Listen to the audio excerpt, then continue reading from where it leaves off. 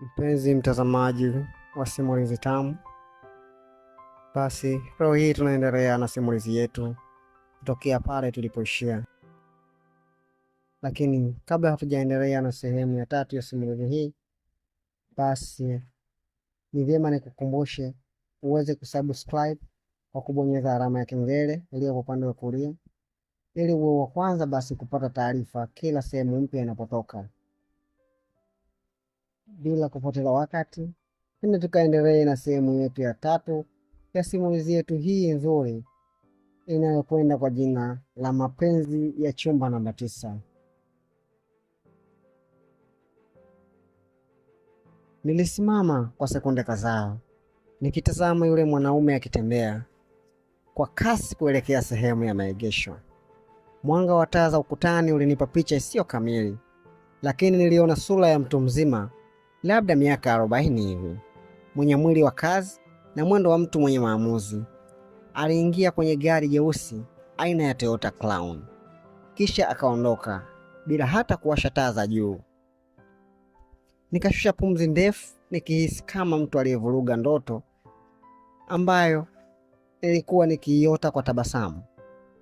Kama Face aliniambia hana mtu, huyu alikuwa nani sasa?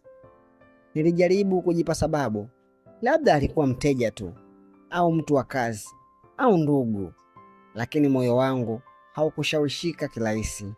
Na mbaya zaidi, nilijikuta nikianza kujiuliza maswali ambayo sikuwa tayari kupata majibu yake.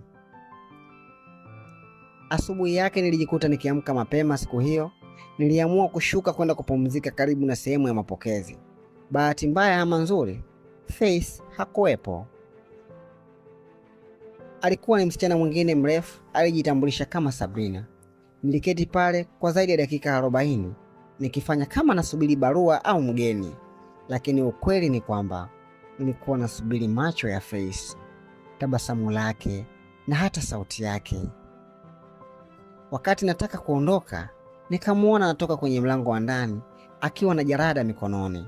Alikuwa amevaa rinda jeupe lililombana kistaa, nywele zake zikiwa zimefungwa vizuri kwa uzi mweusi.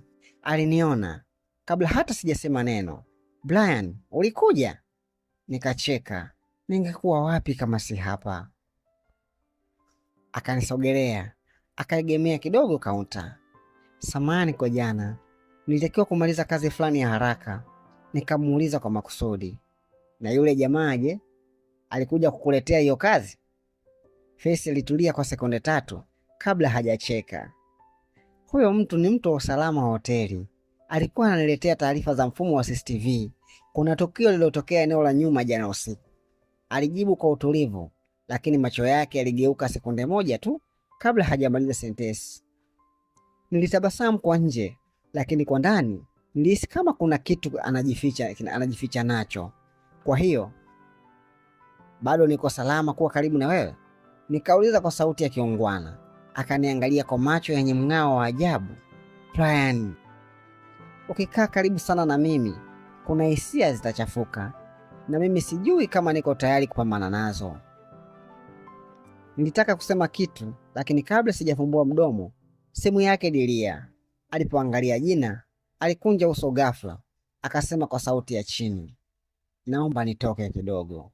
Akaondoka haraka, akapotea kwenye korido ya kushoto. Nikabaki nikiwa nimeinama kwenye meza ya kahawa, moyo ukiwa na majibu machache na maswali mengi sana. Na katika yale maswali, moja likawa ni kubwa zaidi. Je, Face ni nani hasa? Je, na wewe unahitaji kujua Face ni nani?